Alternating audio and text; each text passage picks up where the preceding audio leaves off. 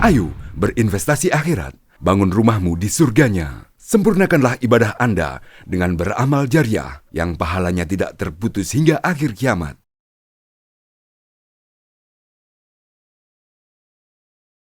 Assalamualaikum warahmatullahi wabarakatuh.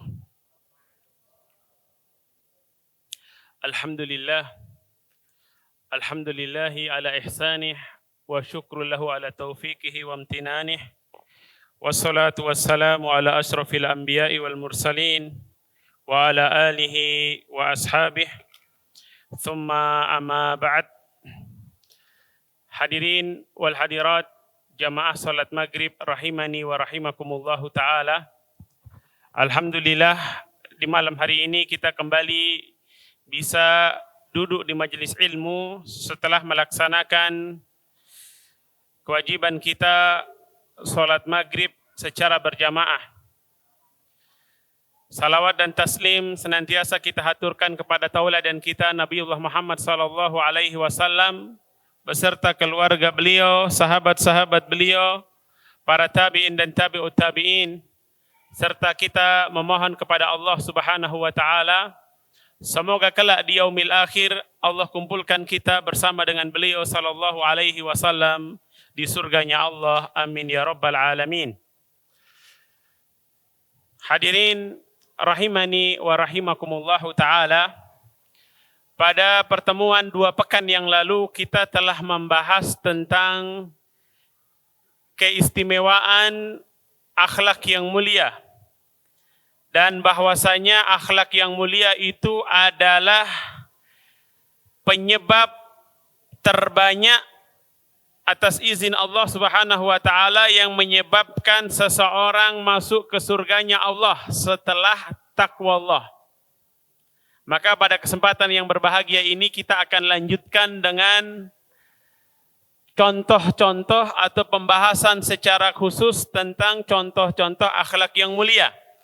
Yang harapannya mudah-mudahan kita bisa mengamalkan akhlak yang mulia ini. Karena kita tahu bersama bahwasanya manusia yang paling sempurna akhlaknya siapa? Siapa jamaah? Rasulullah sallallahu alaihi wasallam. Dan kita diperintahkan oleh Allah Subhanahu wa taala untuk meneladani Rasulullah sallallahu alaihi wasallam termasuk dalam masalah akhlak. Bukan hanya masalah tauhid saja. Tauhid ini utama dan sangat penting. Tapi ibadah kita juga, akhlak kita juga hendaknya mencontoh dan meneladani manusia yang paling mulia yang memang telah Allah jadikan sebagai teladan bagi kita. Laqad kana lakum fi Rasulillahi uswatun hasanah. Allah jadikan Rasul sallallahu alaihi wasallam sebagai uswah, sebagai suri tauladan bagi kita. Termasuk dalam masalah akhlak. Beliau adalah orang yang paling baik akhlaknya, paling agung dan paling mulia akhlaknya.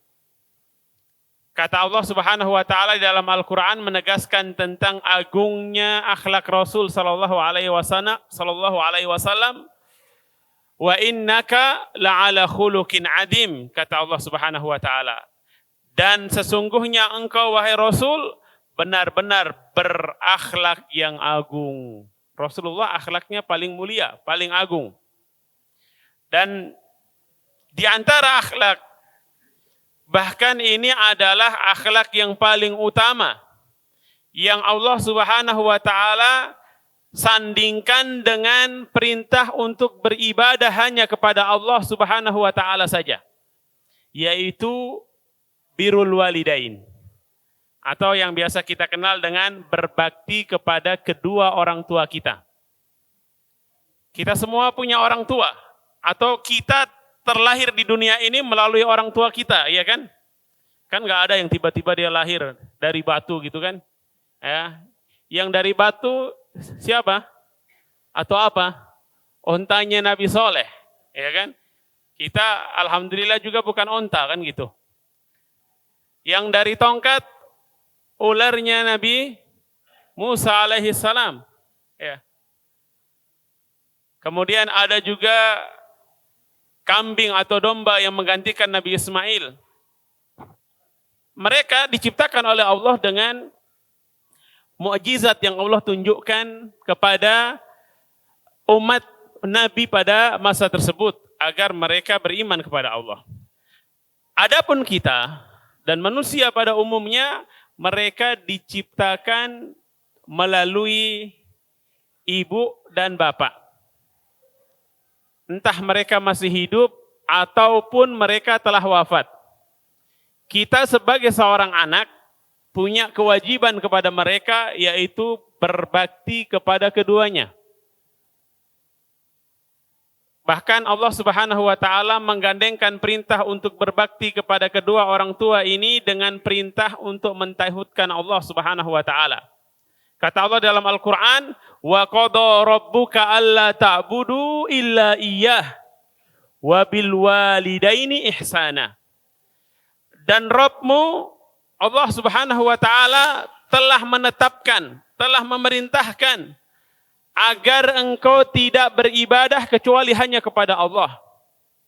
Dan kepada kedua orang tuamu berbuat baiklah kalian, berbuat baiklah engkau. Kita diperintahkan untuk mentauhidkan Allah, kemudian Allah perintahkan juga untuk berbakti kepada kedua orang tua kita. Berbakti ini dengan cara apa? Dengan semua bentuk kebaikan, kata para ulama. Ahlu tafsir, ketika ulama-ulama ahlu tafsir atau mufassirun ketika menjelaskan tentang wabil walidaini ihsan ay bijami asnafil ihsan, dengan segala macam bentuk kebaikan. Contoh kebaikan termasuk di dalamnya adalah berlemah lembut dalam berbicara kepada orang tua, bertata krama, akhlak yang baik, sopan santun, memberi hadiah kepada orang tua kita. Ini termasuk semua bentuk kebaikan. Mendoakan kebaikan untuk keduanya. Dan segala macam bentuk kebaikan hendaknya kita lakukan untuk berbakti kepada kedua orang tua kita. Dan di dalam Al-Quran begitu banyak perintah untuk berbakti kepada kedua orang tua, dan itu digandengkan dengan apa tadi? Perintah untuk bertauhid.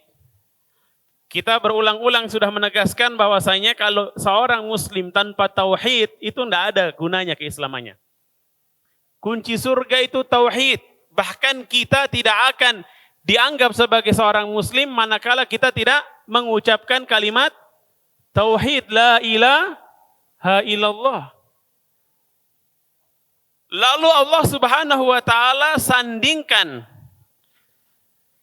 tauhid tadi, perintah untuk beribadah hanya kepada Allah, dengan perintah untuk berbakti kepada ibu bapak kita. Ini menunjukkan betapa besar hak kedua orang tua kita terhadap kita. Hak mereka begitu besar, artinya kewajiban yang harus kita tunaikan sangat besar.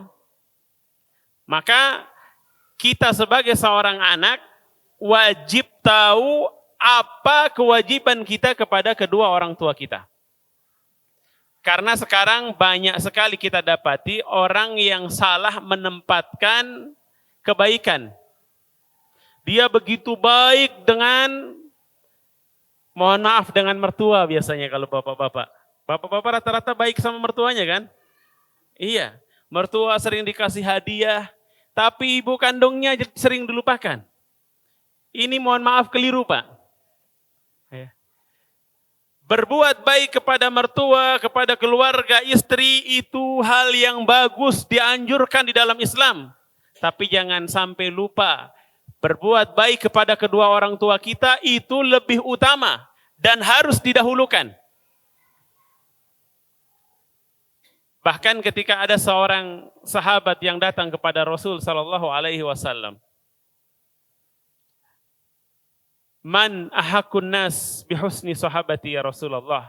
Siapa orang yang paling berhak untuk saya perlakukan baik, mendapatkan kebaikan dari saya ya Rasul sallallahu alaihi wasallam? Apa kata beliau? ummuk. Ibumu. Ibu di sini adalah ibu kandung. Tsumma man ya Rasulullah, tsumma ummuk. Kemudian siapa wahai Rasul? Rasul masih menjawab dengan jawaban yang sama. Kemudian ibumu.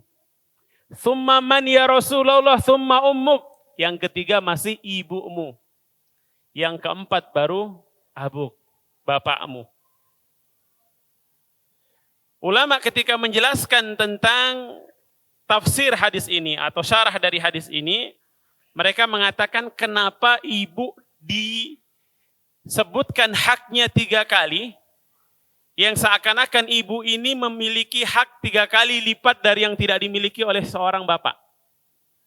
Karena ternyata, kata para ulama, ibu memiliki jasa 3 jasa yang tidak dilakukan oleh seorang bapak. Bukan berarti bapak tidak penting, bapak sangat penting, sangat berjasa, seorang anak wajib berbakti kepada bapaknya. Tapi ibunya lebih dulu. Kenapa demikian? Kata para ulama, karena ibu menanggung berat dan letihnya mengandung. Ada bapak-bapak yang mengandung tapi nggak melahirkan. Tidak ada yang mengandung bapak-bapak. Ibu-ibu mengandung. Kemudian setelah masanya tiba, ibu-ibu merasakan sakit dan susahnya melahirkan. Walaupun sekarang sudah teknologi serba canggih, tetap saja bahkan ada kemungkinan seseorang meninggal dunia tatkala melahirkan. Apalagi dulu betapa banyak orang yang ternyata ajalnya tiba tatkala dia melahirkan. Ada bapak-bapak yang melahirkan? Tidak ada. Kemudian yang berikutnya, yang ketiga, kata para ulama, ibu menanggung berat dan susahnya menyusui anak. Kita sendiri sering lihat sekarang. Kalau kita kan nggak mungkin ingat saat kita masih bayi. Tidak ada yang ingat. Tapi kita bisa melihat bagaimana anak-anak kita, atau mungkin keponakan kita, atau bahkan cucu kita, yang sekarang ini, kalau ibunya mau makan, anaknya rewel, ibunya harus menunda makannya dulu. Malam hari ibunya nggak bisa tidur. Apalagi kalau anaknya memang masih ASI, minumnya ASI saja, inklusif. Maka mau nggak mau, ibu dia harus mengorbankan banyak hal untuk anaknya. Tentu dibantu oleh seorang ayah. Tapi tidak sedikit ibu yang sendirian dia ngurus anaknya. Tentu karena faktor-faktor yang lain. Intinya kata para ulama, kenapa ibu memiliki hak yang begitu istimewa, begitu besar dibanding seorang ayah? Karena 3 hal tadi. Tetapi yang perlu kita pahami bahwasanya ibu dan ayah secara umum mereka punya hak untuk kita berbakti kepada keduanya. Tidak boleh durhaka kepada keduanya. Kata Allah Subhanahu wa taala dalam ayat tadi, wa qada rabbuka alla ta'budu illa iyyahu wa bil walidaini ihsana. Imma yablughanna 'indakal kibara ahaduhuma aw kilahuma. Ini yang diajarkan, yang diarahkan oleh agama kita. Orang tua, bapak ibu kita atau orang tua kita kalau sudah lanjut usia, di mana semestinya mereka berada? Mereka berada dalam perawatan anak-anaknya. Imma yablughanna indakal kibara ahaduhuma aw kilahuma. Tatkala mereka sudah berlanjut usia, mereka hidup dalam perawatanmu, salah seorang dari mereka atau keduanya, ini kata para ulama mengajarkan kepada kita, semestinya seorang ibu atau ayah tatkala dia sudah tua, yang merawat dia adalah anaknya. Jangan sebaliknya, saya sibuk, saya ini, akhirnya apa? Dia titipkan di panti jompo, atau bahkan naudzubillah ada anak-anak yang durhaka, dia usir orang tuanya, dia tidak mau mengurusin orang tuanya, malu karena orang tuanya sudah renta, tidak bisa apa-apa. Ini adalah bentuk kedurhakaan, naudzubillah.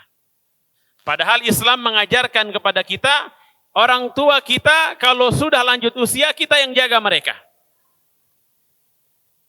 Kemudian namanya orang tua, ketika dia sudah lanjut usia, ini kembali sifatnya, bahkan kekuatan tubuhnya kembali seperti masa kanak-kanak. Jadi lemah lagi, ingatannya juga semakin lemah, bicaranya juga mungkin sudah mulai susah, makan, geraknya semua sudah semakin susah. Ini membutuhkan perhatian khusus. Sebagaimana dulu ketika kita masih anak-anak atau kita masih bayi, kita tidak bisa apa-apa. Siapa yang ngurus kita? Orang tua kita. Orang tua kita dengan senang hati, dengan bahagia, merawat kita, mengasuh kita, berharap kita akan segera mendapatkan kebaikan. Sedangkan kita mengurus orang tua kita yang mungkin sisa beberapa tahun atau tidak lama lagi, terkadang kita tidak bersabar. Orang tua kita mungkin yang namanya sudah tua, tidak bisa lagi, mohon maaf, buang hajat ke kamar mandi sendiri, harus diangkat, harus digendong, kita harus bersihkan. Ini kewajiban kita sebagai anak. Kewajiban kita sebagai anak. Sebagaimana dulu orang tua kita memperlakukan kita dengan sangat baik pada saat kita masih bayi, pada saat kita masih anak-anak. Bahkan terkadang orang tua kita lagi makan, tiba-tiba kita buang hajat. Apakah ada yang orang tua marah-marah gara-gara anaknya, bayinya buang hajat? Tidak. Dia akan hentikan makannya, dia urus, dibersihkan. Maka kita semestinya pun demikian. Orang tua kita semakin tua, semakin mohon maaf, semakin cerewet. Benar atau iya, Pak? Benar atau benar? Benar. Kita aja yang belum tua kadang cerewet gitu kan. Belum tua banget. Itu wajar. Kita harus sabar. Kita dulu cerewetnya minta ampun, Pak, waktu masih anak-anak. Nanya ini, nanya itu. Benar gak anak-anak itu? Ya. Kita lagi kerja, sibuk, dia nanya ini, nanya itu. Apakah orang tua kita tidak sabar? Mereka sabar, menjawab, berusaha menjawab. Bahkan ketika mendengar kita bertanya, senang yang orang tua kita. Sekarang kita kadang merasa bosan, jenuh, nemeni orang tua untuk ngobrol. Padahal membuat orang tua senang, meskipun itu hanya dengan menemani mereka ngobrol, bicara, itu adalah kebaikan. Bahkan dulu ada seorang sahabat yang diriwayatkan 2 bersaudara. Yang satu ini begitu rajin sholat malam. Yang satu tiap malam dia jaga orang tuanya. Dipijitin tuh orang tuanya, dia pijitin orang tuanya. Dia jaga, dipijitin, ya biasa kalau dipijitin sambil ajak ngobrol. Intinya dia malamnya dia gunakan, dihabiskan untuk merawat orang tuanya. Kata yang merawat tadi dia bilang, saya tidak mau pahala saya merawat orang tua saya ini diganti dengan pahala saudara saya yang semalam suntuk dia sholat malam. Karena memang pahala berbakti kepada orang tua tidak bisa digantikan dengan pahala amalan sunnah. Meskipun itu adalah sholat malam 1 malam penuh. Bahkan ketika ada seorang pemuda yang datang kepada Nabi SAW, dia minta izin kepada Nabi untuk apa? Untuk ikut berjihad bersama Nabi. Jihadnya sama Nabi, bukan jihad sembarangan. Atau sekarang sebagian orang mengatakan jihad, tapi nggak jelas. Ya ini jelas, ya kita hentikan, jangan sampai salah langkah. Jihad itu ada aturannya, pemimpinnya jelas. Siapa? pemimpin kaum muslimin. Kalau dalam hal ini negara kita ya pemerintah. Tidak bisa jihad dipimpin perorangan sembarang ustadz atau ini. Kecuali kalau kita diserang musuh, kita membela, ini hal yang lain. Tapi jihad dengan invasi, maka itu harus atas keputusan pemerintah yang sah. Rasul Shallallahu Alaihi Wasallam pemimpin kaum muslimin saat itu. Beliau didatangi seorang pemuda yang minta izin untuk bisa berjihad bersama Rasul Shallallahu Alaihi Wasallam. Maka ditanya, ahayyun walidak, bapak ibumu masih hidup enggak? Kata pemuda tadi, naam ya Rasulullah, bala ya Rasulullah. Keduanya masih hidup. Bahkan ayah ibu saya nangis ketika saya tinggal, saya mau berjihad. Maka kata Rasul Shallallahu Alaihi Wasallam, irji ilaihima fafihima fajahid. Berjihadlah kamu dengan berbakti kepada kedua orang tuamu. Dalam riwayat lain, Rasulullah mengatakan, adhikhuma kama abkaitahuma. Kamu pulang, bikin kedua orang tuamu tersenyum, tertawa, bahagia. Sebagaimana tadi kamu telah membuat dia atau keduanya menangis. Ini artinya apa? Bahkan ibadah yang begitu agung, dan para ulama mengatakan ini jihad yang sunnah. Kalau jihad yang wajib, lain urusan. Jihad yang sunnah, dengan pahala yang begitu besar, bahkan jihadnya bersama Rasul, Rasul suruh pulang, berbakti kepada kedua orang tua. Ada contoh kasus lain pada zaman Ibnu Abbas radhiyallahu taala anhuma. Ibnu Abbas ini adalah sepupunya Rasul, Abdullah bin Abbas ini sepupunya Rasul dan juga sahabatnya beliau. Beliau termasuk sahabat yang junior. Tapi berkat doa Rasul Shallallahu Alaihi Wasallam, beliau adalah sahabat yang sangat hebat dalam masalah ilmu tafsir dan ilmu fikih. Kata Rasul Shallallahu Alaihi Wasallam mendoakan Abdullah ibnu Abbas, Allahumma faqihu fid din wa alimhu ta'wil. Ya Allah, jadikanlah Abdullah ibnu Abbas ini seorang yang faham, yang faqih ilmu agamanya dan menguasai ilmu tafsir. Maka beliau dikenal dengan turjumanul Quran. Pada masa beliau, kehidupan beliau ketika sahabat-sahabat yang senior terutama sudah wafat, itu jadi ulama pada masa itu, ulama yang sangat hebat dari kalangan sahabat. Ada datang seorang pemuda, pemuda ini bukan dari kalangan sahabat. Pemuda yang hidup pada masa itu, dia mengadu, meminta fatwa kepada Abdullah ibnu Abbas, karena telah melakukan satu dosa. Dosa yang sangat besar, Pak. Dikisahkan bahwasanya, ya Imam, anni qataltu nafsan. Ini pemuda dia membunuh seseorang gara-gara apa? Gara-gara cemburu buta.